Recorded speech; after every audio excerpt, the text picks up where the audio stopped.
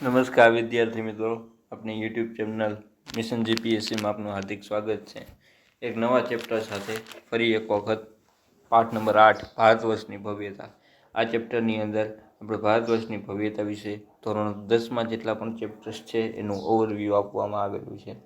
પછી ભારતનો સાહિત્યિક વારસો હોય, ભારતનો વૈજ્ઞાનિક વારસો હોય, એનું ઓવરવ્યૂ આપ્યું છે, જેમાં પ્રાચીન ભારત, ખેતી, ગ્રામીણ જીવન, વિદેશી મુસાફરોનું વર્ણન, એમાં પણ બે ભાગ છે એ ધર્મેતર સાહિત્ય અને ધાર્મિક સાહિત્ય, ત્રણ ભાગ છે, ધાર્મિક, ધર્મેતર અને વિદેશી મુસાફરોનું વર્ણન। વિદેશી પ્રજા આવી અને વેપાર, નવા માર્ગ, ધંધો, એના વિશે શિલ્પકળા, ચિત્રકળા, સ્તૂપો અને વિહારો, શિલ્પ સ્થાપત્યમાં શિક્ષણનો વારસો, એમાં શિક્ષણના વારસામાં પછી એક ઇતિહાસની ઓળખરૂપી એવા સિક્કા, પંચમાર્કમાં સિક્કા, એના વિશે એવું છેલ્લે બતાવવામાં આવ્યું છે। આ ચેપ્ટરનું એન્ડિંગ છે, એટલે આ ઓવરવ્યૂ જોયું કે આ ચેપ્ટરમાં આ આપણે ભણવાનું છે। શરૂઆત કરીએ ચેપ્ટરની। પાષાણકાળથી લઈને લગભગ 8મી સદી સુધી પ્રાચીન ભારતના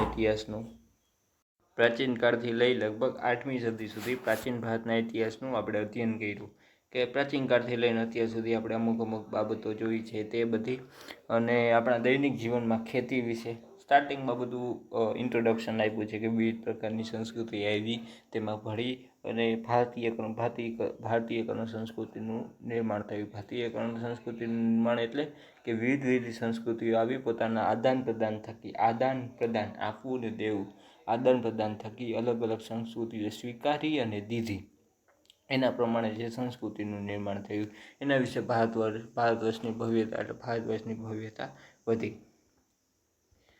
પ્રાચીન ભારત ખેતીમાંથી મોટાભાગની ખેતીમાં ખેત પેદાશો આપણે વસ્તુઓ મળી છે, એમાં પ્રાચીન ભારત ખેતીની શરૂઆત પ્રાચીન ભારતમાં થઈ છે।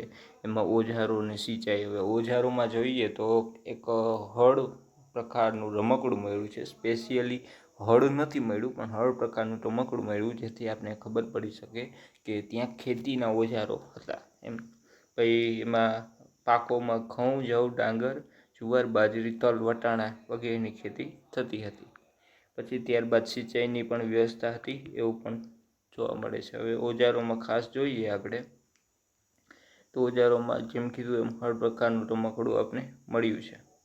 ત્યારબાદ સિંચાઈમાં જોઈએ તો સિંચાઈમાં ખાસ કરીને કૂવા, તળાવો, નહેરો અને કૃત્રિમ જળાશયો જે પોતાની રીતે બનાવેલા હોય એ માણસો એ કૃત્રિમ જળાશયો પાણીના સંચય માટે સિંચાઈ વ્યવસ્થાનો ઉપયોગ એ કૃત્રિમ જળાશયો એમ।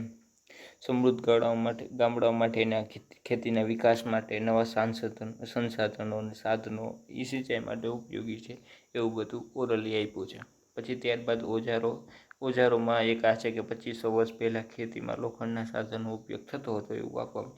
જંગલો સાફ કરવા માટે કુહાડીઓ, હળના ફળા અને દાતરડું, કુહાડી વગેરેથી પરિચિત હતા એવું માનવામાં આવે છે। ત્યારબાદ પ્રાચીન ભારતમાં ગ્રામીણ જીવન કેવું હતું કે ગામડાના લોકો કઈ રીતે વસવાટ કરતા હતા, એમાં આ યાદ રાખવાનું છે કે ભારતના ગામનો વડો હોય તેને ગ્રામ ભોજક કહેવામાં આવતું, યાદ રાખજો, પૂછાય છે। ગામનો વડો એટલે ગામનો વડો જે ગ્રામ ભોજક હતો ને એ પેઢીઓ સુધી હતું, એનું પદ વંશ પરંપરાગત હતું, એમાં એનો સૌથી મોટો એ બધાય કામ સંભાળતો, જમીનનો માલિક હતો, સૌથી વધારે જમીનનો માલિક હતો, છઠ્ઠા ભાગનો કર પોતે વસૂલતો, જમીન માલિકી ખેડૂતો રાખી ભાડે, આમ કે ને ભાડુતી માણસો રાખી ખેતી કરાવતો, પછી ઉપકરવેરા ઉઘરાવવાનું, કાયદાની સ્થિતિ જાળવવાનું એવું હોય। આ દક્ષિણ ભારતની સ્થિતિ હતી। દક્ષિણ ભારતની સ્થિતિમાં 3 પ્રકારના મુખ્યત્વે લોકો હતા। કેટલા? 3 પ્રકારના, મોટા જમીનદારો, નાના ખેડૂતો અને જમીન વિહોણા મજૂર, જે ખેતી કરતા હોય, દાસ હોય, જમીન વિહોણા મજૂર, આ 3 પ્રકારના વધારે પડતી। પછી ત્યારબાદ ગામડાઓનું નગર જીવનમાં આશરે 2500 વર્ષ પહેલાં મહાજનપદો, જે આપણે ચેપ્ટર 2માં જોયું, મહાજનપદ 16 મહાજનપદ છે, એ મહાજનપદો હતા, તેની શહેરે કિલ્લાબંધીઓ સુરક્ષિત હતી। પહેલાંના સમયમાં જ્યારે રાજાઓ વસવાટ કરતા ત્યારે રાજ્યના રક્ષણ માટે કે રાજ્યની ફરતે કે કોઈ પણ એનું વસવાટનું સ્થળ હોય તેના વસવાટના સ્થળની ફરતે કિલ્લાબંધી કરવામાં આવતી, જેથી રાજ્યનું સંરક્ષણ કરી શકાય. તો ઉદાહરણ તરીકે જામનગર જોઈએ તો જામનગરમાં પણ એવા 3 થી 4 દરવાજા હતા, જેમ કે અત્યારે આપણે કાલાવડ નાકું છે, ખંભાળિયા નાકાનો દરવાજો છે, એવા અમુક દરવાજા આપણે જોવા મળે છે. એ દરવાજા રાતના સમયે બંધ થઈ જતા અને જિલ્લાનું કે રાજ્યનું કે કોઈ પણ જે રજવાડું છે એનું રક્ષણ થતું. પછી ત્યારમાંથી તેમજ શહેરોમાંથી વલયકૂપ એટલે તેને આપણે કૂવા તરીકે ઓળખીએ છીએ. એ કૂવા મળી આવ્યા છે. વલયકૂપ શૌચાલય, નીક અથવા કચરા પેટી ઉપયોગમાં લેવાતા હતા, એ પણ જોવા મળે છે. ગ્રામીણના લોકોમાં નગરમાં જે એ જ બધું કે ઘઉં, જવ, ચોખા, દૂધ, દહીં, ઘી, ફળફળાદી, માંસ, માછલીનો ઉપયોગ કરતા હતા. ગ્રામીણ જીવન છે એટલે એ તો કરવાના. પછી પુરુષોના વસ્ત્રો માટે વાત કરી છે. એમાં વસ્ત્રોમાં 2 પ્રકારના વસ્ત્ર છે. એક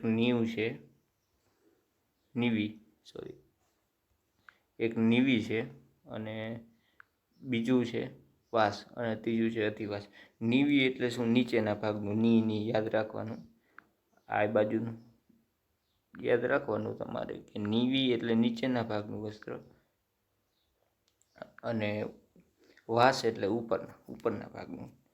શરીરના નીચેના ભાગનું વસ્ત્ર નીવી અને ઉપરના ભાગનું વસ્ત્ર એટલે વાસ, અને ઉપરના દુપટ્ટા જેવું હોય એટલે અડધું, દુપટ્ટો નાનો હોય એટલે અધિવાસ. એમ આ 3 પ્રકારના વસ્ત્ર. હવે ચેપ્ટરની આગળ એમ જોઈએ તો ચેપ્ટરમાં આગળ વિવિધ કલા વિશે વાત કરી છે. એમાં કલામાં પ્રાચીન ભારતમાં 2 પ્રકારની કલા હંમેશા જોવા મળતી હોય છે, લલિત કલા અને નિદર્શન કલા. લલિત કલા એટલે શું? લલિત કલા એટલે હાથો દ્વારા જે પણ કલા કરવામાં આવે. પછી એમાં માટી કલા હોય, ચર્મ ઉદ્યોગ હોય કે કોઈ પણ કલા હોય છે. પછી કલા કોઈ પણ બાંધણીનો કોઈ પણ પ્રકારની કલા હોય, સંગીત કલા હોય, સ્થાપત્યની કળા હોય, ચર્મ ઉદ્યોગ હોય, એ પ્રકારની. નિદર્શન કલા એટલે નૃત્ય અને નાટક. નાટકમાં ભવાઈ લઈ શકી. નૃત્યમાં 8 પ્રકારના ક્લાસિકલ ડાન્સ છે. એમાં ભારત સાહિત્ય કલા એકેડમી છે. પછી ઘણી બધી એમ.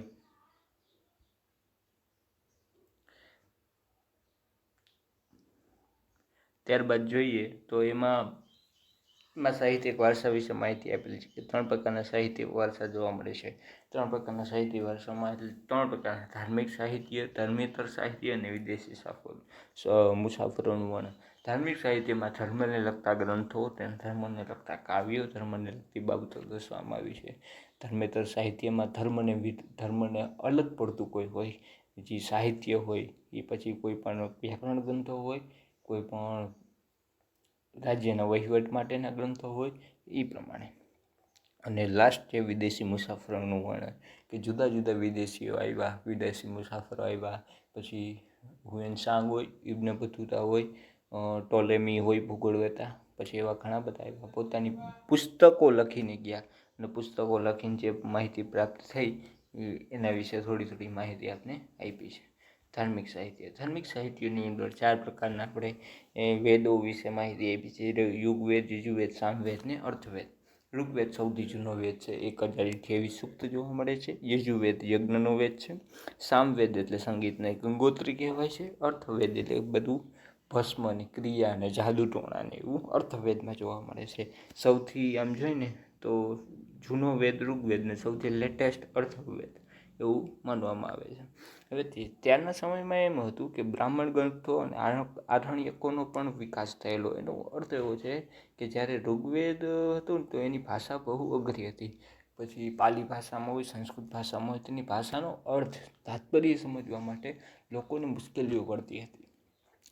ત્યારે એવું હતું કે બ્રાહ્મણોને જે પોતાના બુદ્ધિશક્તિ પ્રમાણે જે સમજાતું એ પોતાના દ્વારા તે પોતાના ગ્રંથો લખી તેનો ધર્મગ્રંથોનો સાર લખીને જે ગ્રંથો બનાવતા તેને બ્રાહ્મણ ગ્રંથો અથવા આરણ્યકો કહેવામાં આવતા. એની રચનાક્રમ એમાં મુખ્યત્વે બ્રાહ્મણ, ગોપથ બ્રાહ્મણ, બૃહદારણ્યક સૌથી અગત્યના ગણાવી શકાય, યાદ રાખજો.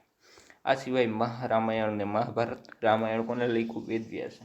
અને મહાભારત કોને લખ્યું? વેદવ્યાસ. અને રામાયણ કોને લખ્યું? વાલ્મીકી. વેદવ્યાસ મહાભારત લખ્યું એને કેના નામે ઓળખાય? જય સંહિતાના નામે. અને વાલ્મીકી રચિત જે રામાયણ છે એમાં શું દર્શાવવામાં આવ્યું છે? શ્રી રામની કથા, આદર્શ જીવન અને નૈતિક ધોરણોનું પાલન એ દર્શાવવામાં આવેલું છે.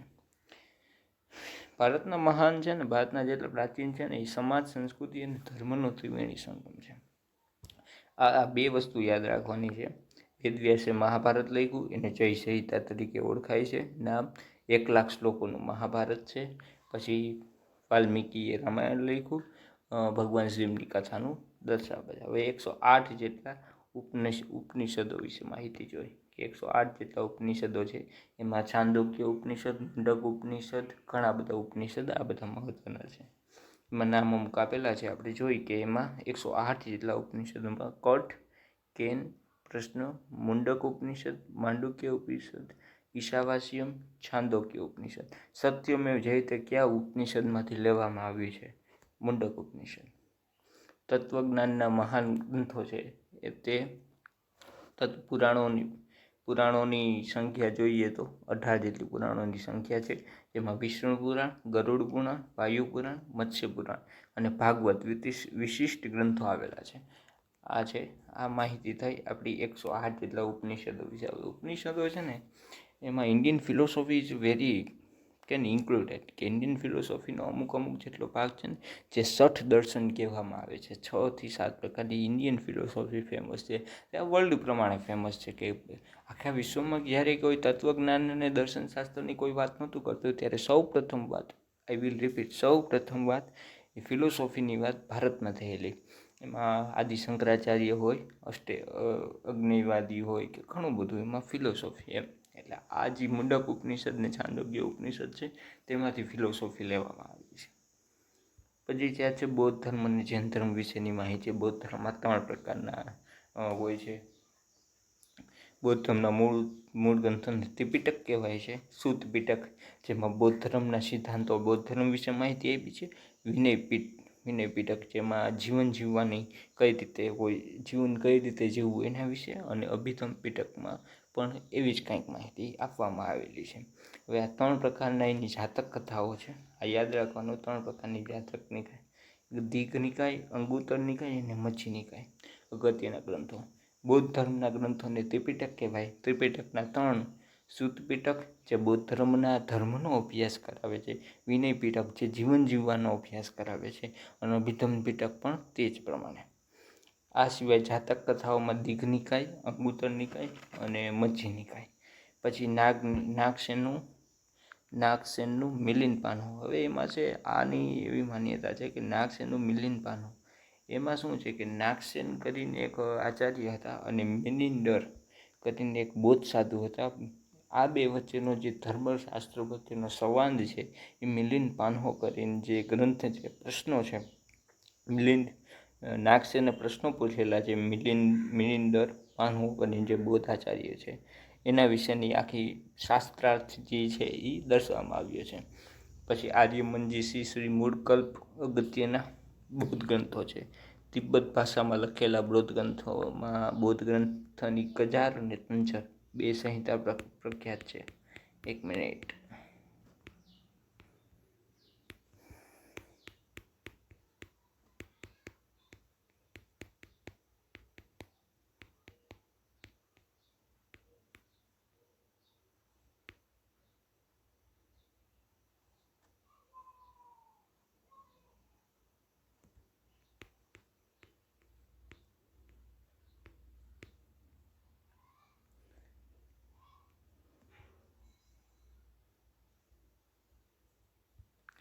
જેમાં બૌદ્ધ અને જૈન ધર્મમાં તમને કીધું એ પ્રમાણે નાગસેનનું મિલિંદ પાનહો અને તિબ્બત ભાષામાં બૌદ્ધ ગ્રંથની કજાર અને તંજર.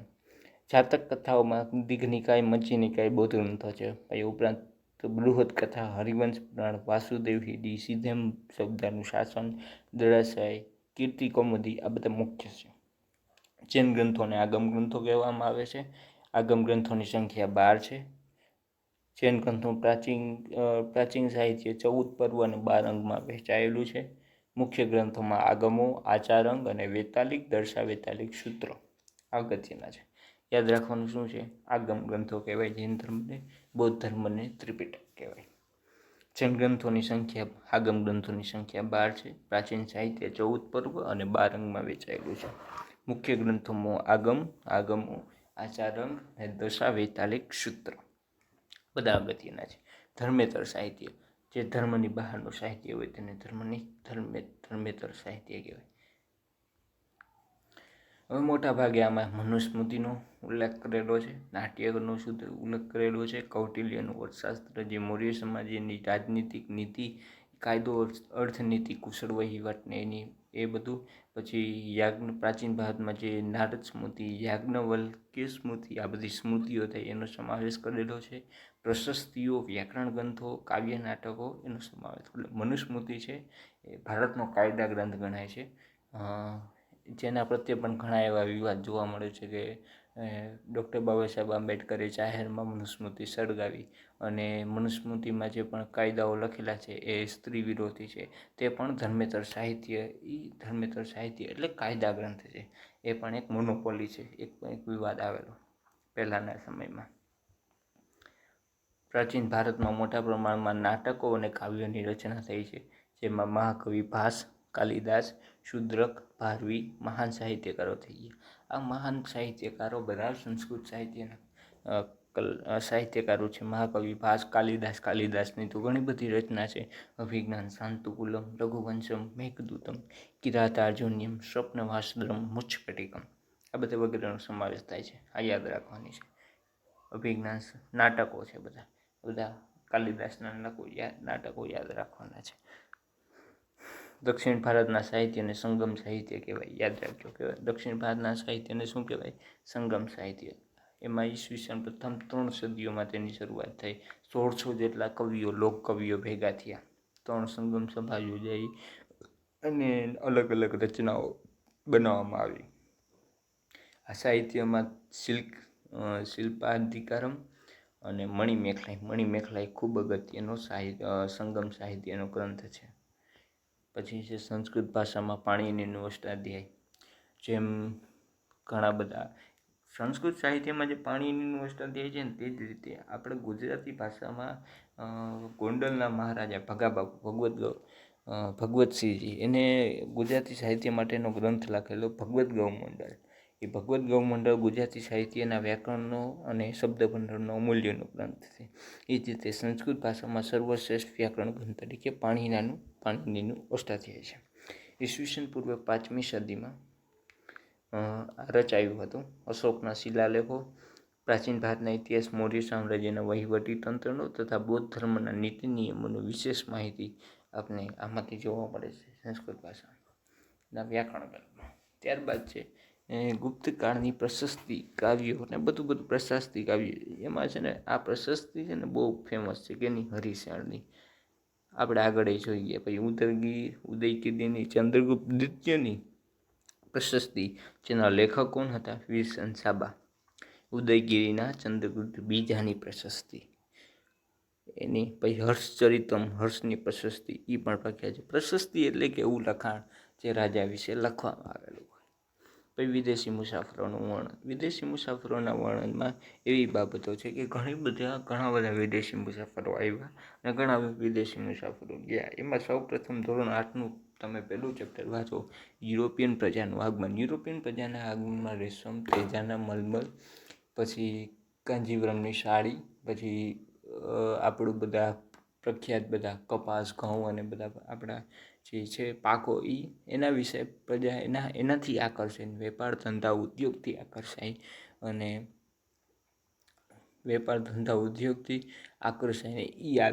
પ્રજા આવેલી એ ચેપ્ટર આખું આવેલું છે. એમાં ઘણા બધા એવા મેગેસ્થનીસ આવ્યો જે મૌર્યના ચંદ્રગુપ્ત મૌર્યના દરબારમાં રહેતો.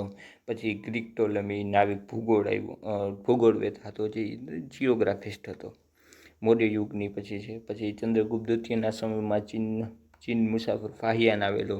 સમ્રાટ હર્ષવર્ધનના સમયમાં યુએન સાંગ આવેલો, જેને સમાજ જીવન, શાસકો અને સંસ્કૃતિનું જોયું આ બધું. હવે એમાં છે ને ફાહિયાન વિશે એવી માહિતી આપવામાં આવે છે કે એવી માન્યતા છે કે ફાહિયાન જ્યારે આવ્યો ને, એવી માહિતી આપવામાં આવે છે કે જ્યારે ફાહિયાન આવ્યો ત્યારે એ ભગવાન બુદ્ધનો બૌદ્ધ ધર્મ છે, ભગવાન બુદ્ધ વિશે રિસર્ચ કરવા આવેલો. ભગવાન બુદ્ધનો જન્મ ક્યાં થયેલો, ભગવાન બુદ્ધ વિશે માહિતી પ્રાપ્ત કરવા માટે એનું મુખ્ય ઉદ્દેશ્ય ભગવાન બુદ્ધ હતું. એના ઉદ્દેશ્યથી તે ભારત આવેલો. પછી ત્યારબાદ તેમાં છે ને ઘણું બધું છે.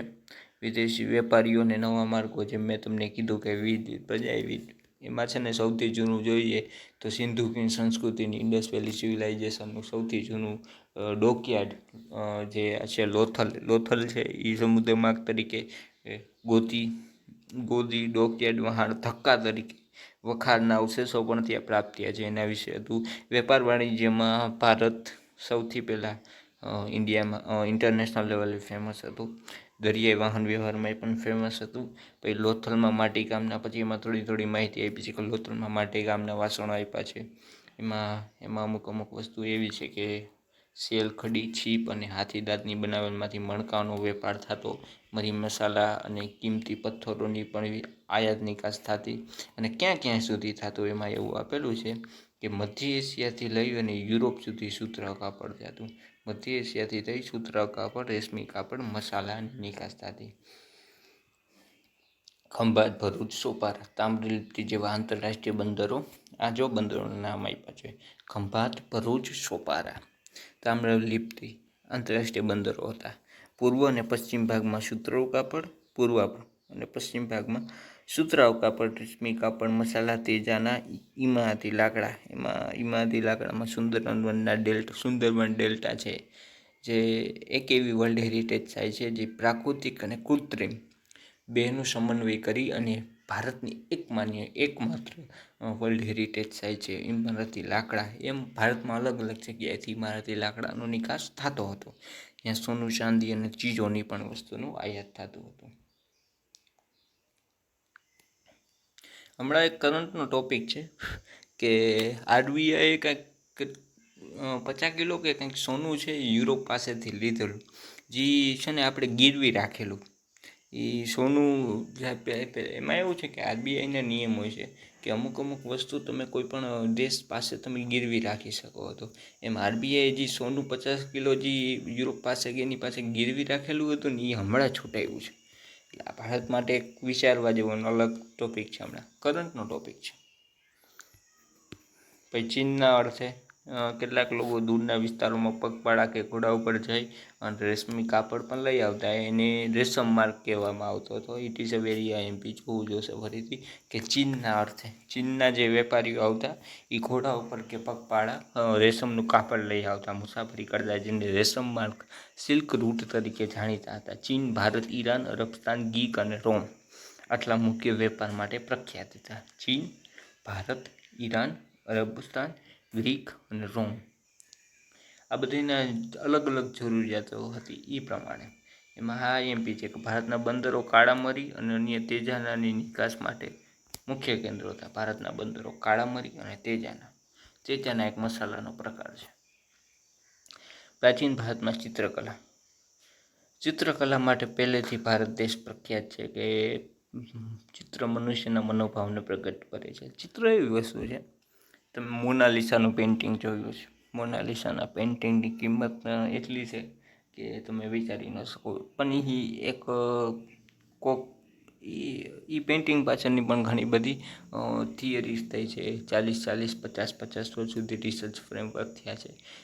મારા માટે એવું છે, મારું ખુદનું એવું માનવું છે કે મોનાલિસાની મહત્વાકાંક્ષા ઇન્ટરનેશનલ લેવલે ગમે એટલી હોય, પણ આપણા માટે તો પદ્મપાણીનું જે વિશ્વવિખ્યાત ચિત્ર છે, એ જ આપણું સંસ્કૃતિ, એ જ આપણા માટે કહીને ચિત્રકલાનો 2 નંબરનું છે. કારણ કે ઇન્ટરનેશનલ પેઇન્ટિંગ તો ઘણી પ્રખ્યાત છે, પણ આપણી પાસે જે પેઇન્ટિંગ્સ છે ને, પ્રિન્ટ બ્લોક પેઇન્ટિંગ્સ, એની જે અમી છે, જેની છાપ છે, જેની સુંદરતા છે, જેનું વિશ્વ વિરાસત સ્થળોમાં નામ છે, એવી બીજે ક્યાંય નથી. એમ એ અજંતા ઇલોરાની અને બાઘની ગુફાઓમાં જોવા મળે છે. અજંતા ઇલોરાના ચિત્રો વિશ્વવિખ્યાત છે. બુદ્ધ ધર્મના ચિત્રો, બુદ્ધ ધર્મની સાધનાના ચિત્રો વિશ્વવિખ્યાત છે. પદ્મપાણીનું વિશ્વવિખ્યાત ચિત્ર છે એ ઇલોરાનું શિવ મંદિર, જે એક જ શિલામાંથી કોતરાવેલું છે. આ બધું આઈએમપી છે. જૂના ચિત્રો પાષાણ યુગમાં મળ્યા મધ્યપ્રદેશની ભીમબેટકામાંથી, જેમાં મહાભારતનું દર્શન કરો, મહાભારતના પાત્રોનું દર્શન છે. આદિજાતિ જનજાતિના 500 કરતાં પણ વધુ ચિત્રો, જે પ્રાકૃતિક સૌંદર્યથી બનાવેલા છે. આ બધી માહિતી આઈએમપી છે પ્રાચીન ભારતના ચિત્રકલામાંથી. પછી છે પ્રાચીન ભારતના શિલ્પ અને સ્થાપત્ય. શિલ્પ અને સ્થાપત્યમાં સંખેડાનું ફર્નિચર ગુજરાતમાં ફેમસ છે. છોટાઉદેપુરમાં આવેલું છે સંખેડાનું furniture. It is very IMP. શિલ્પ સ્થાપત્ય ગુજરાતની દ્રષ્ટિએ જોઈએ. હડપ્પીય સભ્યતાનું નગર આયોજન એ તમે બહુ ડીપમાં ભણશો. જ્યારે ધોરણ 10 કરશો ને, ધોરણ 10નું જ્યારે સામાજિક જ્ઞાન લેશું ને, ત્યારે આપણે બધું ડીપમાં લેશી. સ્નાનાગાર, નગર રચના, આયોજન, અનાજના કઠારો, ઔદ્યોગિક એકમો, બધું એમ. ઇજનેરી કળા એ હું તમને ત્યાં ડીપમાં કહીશ કે નગર રચના કઈ કઈ રીતે હતી. સ્નાનાગાર 2 બાજુ, પૂર્વ ને ઉત્તર ને દક્ષિણ બાજુ 2 બાજુ પગથિયા 14x8નું. અનાજના કોઠાની રચના કઈ હતી. ઔદ્યોગિક એકમોનો એટલે ઔદ્યોગિક જ્યારે વેપાર વ્યવહાર થતો હતો એનો રસ્તો કઈ રીતે હતો. વરસાદી પાણી માટે વોટર હાર્વેસ્ટિંગ સિસ્ટમની કઈ રીતે પ્રણાલી હતી. એ બધું હડપ્પીય સભ્યતા, ઇન્ડસ વેલી સિવિલાઇઝેશન. ઇજનેરી કળાનો ઉત્તમ નમૂનો બહુ સારો છે એમ. ગુફા સ્થાપત્ય, મંદિર સ્થાપત્ય. મંદિર સ્થાપત્ય પણ આપણે આગળ જોઈશું ધોરણ 7માં, જેમાં મંદિર સ્થાપત્યમાં ગોપ છે, ઘણું બધું છે એમ. પ્રદક્ષિણા પથ છે એ બધું. ભાઈ મહેલોનો સ્થાપત્ય છે, એમાં મહેલોના સ્થાપત્યમાં ગુજરાતમાં વિભાવિલા પેલેસ, વડોદરા બહુ જૂનો પેલેસ, બહુ મસ્ત પેલેસ છે. ભાઈ કાચ માટે જોઈ પેલેસમાં, કાચ માટે તો ભુજનો આઈના મહેલ બહુ ફેમસ છે. ગુફા સ્થાપત્યમાં બારાબારની પહાડીઓ આગળ લેતા. ગુફા સ્થાપત્યમાં બારાબારની પહાડીઓ, નાસિકના ગુફા શિલ્પો, અજંતા ઇલોરાની, અમરાવતીની ગુફા શિલ્પો, આ બધા ગુફા શિલ્પો પ્રખ્યાત છે. હવે શિલ્પકલામાં મૂર્તિકલા પણ આવે કે મૂર્તિઓનો આકાર કઈ રીતે હોય, મૂર્તિનો ઘટ કઈ રીતે હોય. એ રીતે એમાં 2 કલા છે, ગાંધાર કલા અને અન્ય કલા. ગાંધાર કલા છે ને એ 2 મિક્સ થયેલી છે. મિક્સ શૈલી એટલે ગ્રીકની અને ભારતીય કલા શૈલી, આ 2નો સંગમ છે ને એ ગાંધાર કલા. અને અન્ય કલા શૈલી છે ને એ સંપૂર્ણ છે ભારતીય છે, મથુરા શૈલી છે, જે દક્ષિણ ભારતમાં ખાસ જોવા મળે છે. દક્ષિણ ભારતમાં હું ભૂલું ન શકતો ત્યાં સુધી મથુરા છે, દેવી દેવતા, હિન્દુ દેવતા, જેમાં અમરાવતી, અજંતા, નાસિક ને સારનાથ મૂર્તિકલાના નમૂના છે. અને એ બુદ્ધ ધર્મને વધારે પ્રખ્યાત એ મથુરા કલા શૈલી પ્રખ્યાત છે. ગાંધાર કલામાં પણ ભગવાન બુદ્ધની મૂર્તિઓ પ્રખ્યાત છે. એમાં છે ને 2 મૂર્તિઓ છે. એક કઈ છે, બામિયાન અને 4 સદ્દા. પછી ગ્રીક અને ભારતીય કલા શૈલીનો સંગમ ઉત્તર પશ્ચિમ ભારતમાં અફઘાનિસ્તાન. તમે જ્યારે ભારતનો નકશો દોરો ને તો આ નકશામાં જરા આ વિચારી લ્યો, જમ્મુ કાશ્મીર છે અને આ બાજુથી સતલજ નદી આમ આવે, આ અફઘાનિસ્તાનનો વિસ્તાર છે અને આ સતલજ નદી છે. એટલે આ સાઈડનો જેટલો વિસ્તાર છે ને, આ ભારતનો આ સાઈડનો ગોટો થઈ ગયો. 1 મિનિટ તમને વ્યવસ્થિત કરીને બતાવી. આ ભારતનો સમજી લે ઉપરનો ભાગ, આ જમ્મુ કાશ્મીરનો ને લેહ લદ્દાખ, આ નેશનલ હાઈવે નંબર 1 એટલું સમજી લો. પછી આ સાઈડનો જેટલો હોય ને અફઘાનિસ્તાનનો વિસ્તાર છે. અફઘાનિસ્તાન ભારતની એક જ એવી સરહદ છે, યુનિયન ટેરિટરી એક જ એવી રાજ્ય પણ એક રાજ્ય નહીં, યુનિયન ટેરિટરી, કેન્દ્ર શાસિત પ્રદેશ જમ્મુ કાશ્મીર જ છે, જે અફઘાનિસ્તાન સાથે સરહદ બનાવે છે. ઓછી સરહદ બનાવે, અફઘાનિસ્તાન સાથે સરહદ બનાવે છે. આ સાઈડનો વિસ્તાર અને આ સાઈડનો વિસ્તાર એ ગાંધાર કલા તરીકે પ્રખ્યાત છે. મારું કહેવાનો અર્થ એમ છે. બામિયાન અને તમને 4 સંડા કીધું, ઉત્તર પશ્ચિમ અફઘાનિસ્તાન કીધું, તક્ષશિલા અને ગાંધાર જેલા અનેક નમૂના છે બુદ્ધ ધર્મની.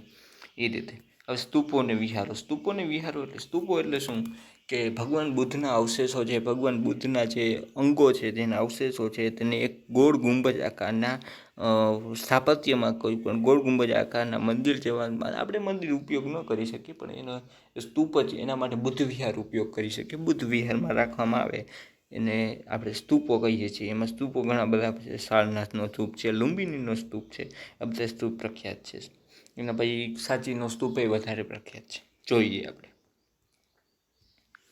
માં સ્તૂપ, ચૈત્યો અને વિહારો 3 બાબતો છે. સ્તૂપ એટલે ભગવાન બુદ્ધ, ચૈત્ય એટલે આરામ કરવા માટે ગુફાઓને કોતરીને જૈન અને બૌદ્ધ ધર્મના સાધુ સંતો જેમાં રહેતા હોય ને ચૈત્ય અને વિહારો કહી શકીએ. ગૌતમ બુદ્ધના નિર્માણ બાદ ત્યારબાદ એમાં વજ્જી સંઘ, જેમાં તમને વજ્જી સંઘ કીધું હતું કે ઘણી બધી 8 કે 9 જાતિ ભેગી થઈ અને વજ્જી સંઘ મહાજનપદ કાળ ભણાવ્યા હતા ત્યારે કીધું હતું. સ્તૂપોનું નિર્માણ કર્યું. સ્તૂપ એટલે મેં જેમ કીધું એમ કે નાના ગુંબજ આકારનું અંડાકાર સ્થાપત્ય જેમાં બુદ્ધના અવશેષણ રાખવામાં આવતા હોય, બૌદ્ધ ધર્મી હોય ત્યાં ધ્યાન ધરતા હોય. પછીથી સ્તૂપો ભારતમાં મોટા પ્રમાણમાં બને, જેમાં સાંચીનો સ્તૂપ, લુંબિનીનો સ્તૂપ, સારનાથનો સ્તૂપ અગત્યનો છે. પછી ત્યારબાદ છે અશોક પછીના સમ્રાટોએ પણ સ્તૂપનું નિર્માણ કર્યું, જેમાં સાંચીનું સ્તૂપનું નિર્માણ કાસ્ટ નિર્માણ લાકડાનું બનેલું છે, જે શૃંગ વંશના રાજાઓએ કર્યું હતું. પછી કનિષ્કે પુરુષપુર પેશાવર જે કહે છે ત્યાં એક વિશાળનું કરેલું, જેને શાહજી કી ડેરી તરીકે ઓળખવામાં આવે છે. પછી સ્તૂપની આસપાસ જે પ્રદક્ષિણા પંચભૂતની સ્તૂપ હોય ને એની આસપાસ જે હોય ને એને પ્રદક્ષિણા પથ કહેવામાં આવે.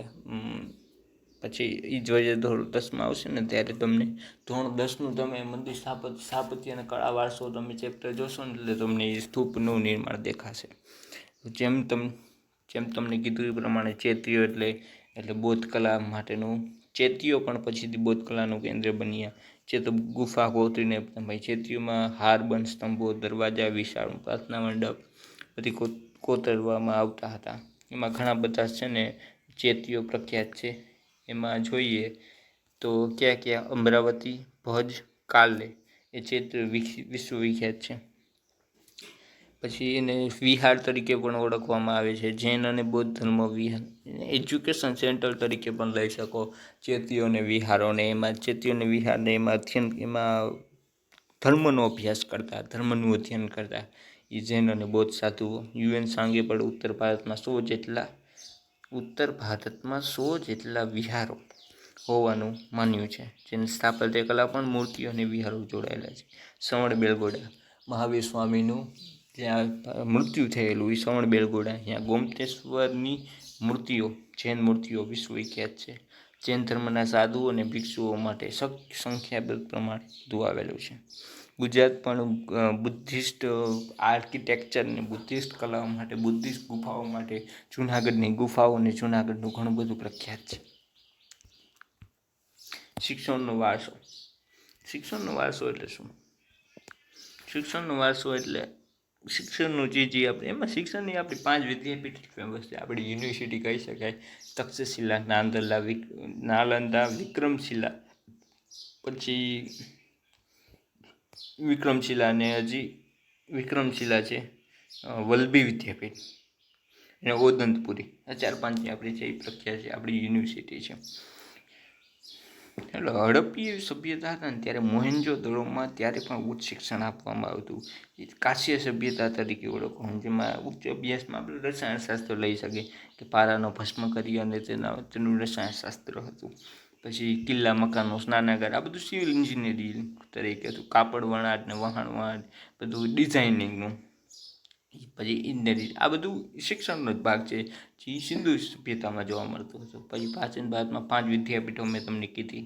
મેં એક સ્થળ લેતા જશું આપણે કે ઉત્તર પશ્ચિમ ભારતમાં ગાંધાર ક્ષેત્ર જે તક્ષશિલા હતી, જ્યાં કેનો અભ્યાસ કરતો, નીતિશાસ્ત્ર, એથિક્સ, સંસ્કૃત વ્યાકરણ, ખગોળ, એસ્ટ્રોલોજી કહેવાય, જ્યોતિષશાસ્ત્ર, હિન્દુ ધર્મ અને દર્શનનું શિક્ષણ અપાતું. પાણીની, ચાણક્ય, ચંદ્રગુપ્ત, જીવક જેવા મહાન દાર્શનિકો, ફિલોસોફર્સ, એક્ઝામ્પલ ફોર ઓશો એવા દાર્શનિકો શિક્ષણ સંસ્થામાંથી ખ્યાતિ પામ્યા. બિહારમાં નાલંદા આવેલી, યુએન સાંગ ત્યાં ભણેલો, હિન્દુ અને બૌદ્ધ દર્શનશાસ્ત્રનો તેને અભ્યાસ કરેલો. નાલંદા વિશ્વવિદ્યાપીઠના આચાર્ય નાગાર્જુન, મહાન રસાયણશાસ્ત્રી. હવે આમાં નાગાર્જુન વિશે એવી માહિતી છે કે Nagarjuna not as a Buddhist monk, એક બુદ્ધિસ્ટ સાધુ જ નહોતા, પણ ઇટ ઇઝ અ સાયન્ટિસ્ટ, કેમેસ્ટ્રીયન, બહુ પ્રખ્યાત કેને દાર્શનિક હતા, સાયન્ટિસ્ટ હતા, બુદ્ધિસ્ટ પણ હતા. પારાને ભસ્મ કરી અને ઔષધિઓ બનાવેલા. એ આપણું આમ કહે ને આપણા માટે ગર્વ લેવા જેવી બાબત છે. ભારતમાં આવા સમન્વય ઘણા પ્રકારના વિચારધારા, જેમાં વિદેશમાં એક વાત કરી તો લિયોનાર્દો વિન્ચી જે ચિત્રકાર હતા, એ માણસ પાસે વિચારો ને તમે એટલી બધી આમ કે કુશળતા હતી. પેન્ટર હતા, દાર્શનિક હતા, પછી જીઓલોજિસ્ટ પણ હતા, ફિઝિક્સ પણ હતા, કેમિસ્ટ્રી બધી પ્રકારની આવડત એમ. એનાટોમી, પછી ફિઝિયોલોજી, બધામાં એ જ્યારે ચિત્ર દોરતા ને એમાં મોનાલિસા વિશે તો એમાં એવું કહેવામાં આવે છે કે મોનાલિસાને ખાલી એને સ્માઇલ દોરવી હતી ને તો એને કંઈક 5 થી 7 વર્ષ તો આપણી ફેસ ઉપર સ્માઇલ કેમ આવે ને, સ્માઇલ આવવા માટેનું બિહાઇન્ડ ધી સાયન્સ, આપણું જે બાયોલોજીકલ જે છે ને મેથડ્સ કે આપણા મોઢા ઉપર સ્માઇલ કેમ આવે એનો 5 વર્ષ છે ને એનાટોમિકલી અભ્યાસ કરેલો, પછી એને મોનાલિસાની ચિત્ર બનાવેલું એમ. ઇટ ઇઝ વેરી ફેમસ એમ. પછી ગુજરાતમાં આપણે ગુજરાત તો ક્યાંય બાકી જ નથી. આપણું 6ઠી 7મી સદીમાં આપણી વલભી વિદ્યાપીઠ હતી. યુએન સ્વાંગેને ખાસું એવું લખાણ કર્યું છે. ત્યારબાદ આચાર્યની અહીંયા પણ એ બધી એન્ટ્રન્સ એક્ઝામ લેવાતી, આપણે જેમ કેમ લઈએ છીએ એન્ટ્રન્સ એક્ઝામ, પછી એમાં ઇન્ટરવ્યૂ આવતા. પછી હિન્દુ, બૌદ્ધ અને જૈનમાં ધર્મચિંતન, જ્યોતિષ, ખગોળનું શાસ્ત્રનું જ્ઞાન અપાતું. બંગાળમાં વિક્રમશિલા અને ઓદંતપુરી નામની 2 વિદ્યાપીઠો પ્રખ્યાત છે, જ્યાં બૌદ્ધ ધર્મ સાથે સંકળાયેલા 3 માળના વિશાળ પુસ્તકાલયો આવેલા છે. 3 માળના વિશાળ પુસ્તકાલયો. પછી સિક્કા, જે 5 માર્કના સિક્કા તમને વાત કરી દીધી છે આગળના, કે 5 માર્કના સિક્કા શું હોય, એ જ ટોપિક છે. 5 માર્કના કોઈન એ તમને આગળ વાત કરાવી દીધી છે.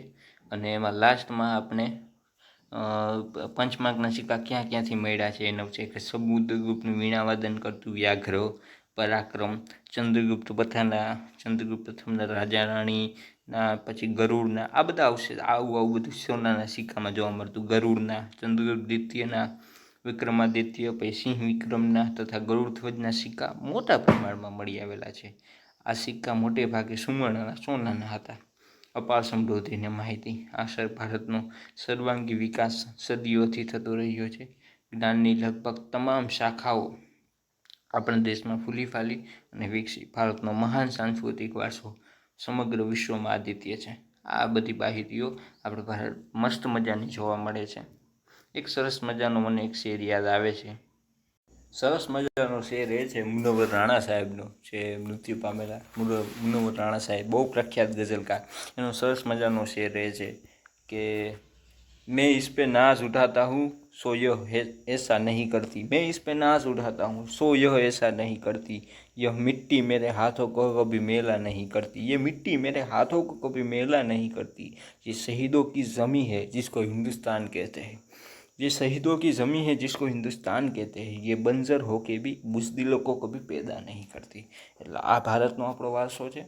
આ ભારતનો વારસો આપણે ભારત વર્ષની ભવ્યતા આજે ભણી નેક્સ્ટ વિડીયોમાં આગળ મળીશું. Thank you.